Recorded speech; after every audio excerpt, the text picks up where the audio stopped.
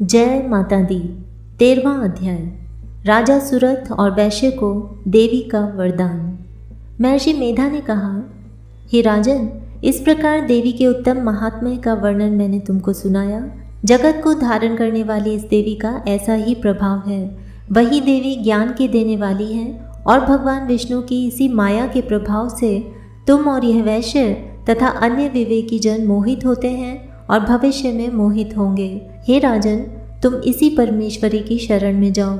यही भगवती आराधना करने पर मनुष्य को भोग, स्वर्ग तथा मोक्ष प्रदान करती है।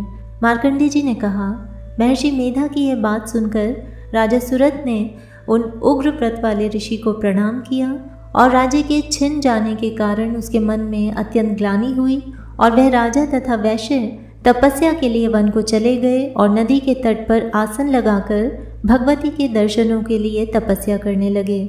दोनों ने नदी के तट पर देवी की मूर्ति बनाई और पुष्प, धूप, दीप तथा हवन द्वारा उसका पूजन करने लगे। पहले उन्होंने आहार को कम कर दिया, फिर बिल्कुल निराहार रहकर भगवती में मन लगाकर एकाग्रता पूर्वक उसकी आराधना करने लगे। वह दोनों अपने शरीर के रक्त से देवी को बलि देते हुए 3 वर्ष तक लगातार भगवती की आराधना करते रहे।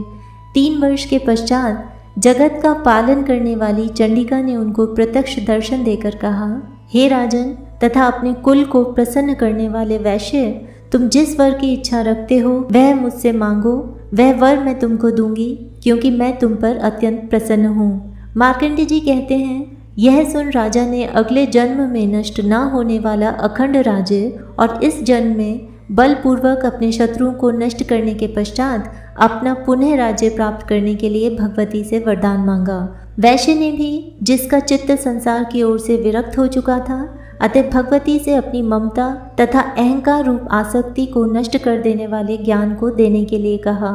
देवी ने कहा, हे राजन, तुम शीघ्र ही अपने शत्रुओं को मारकर पुनः अपना राज्य प्राप्त कर लोगे।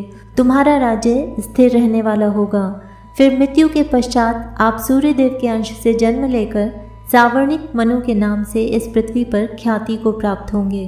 हे वैश्य, कुल में श्रेष्ठ आपने जो मुझसे वर मांगा है वह मैं आपको देती हूँ। आपको मोक्ष के देने वाले ज्ञान की प्राप्ति होगी। मार्कंडेय जी कहते हैं, इस प्रकार उन दोनों को मनवांछित वर प्रदान कर तथा उनसे अपनी स्तुति सुनकर भगवती अंतर्धान हो गई और इस प्रकार क्षत्रियों में श्रेष्ठ वह राजा सुरथ भगवान सूर्यदेव से जन्म लेकर इस पृथ्वी पर सावर्णिक मनु के नाम से विख्यात होंगे। जय माता दी।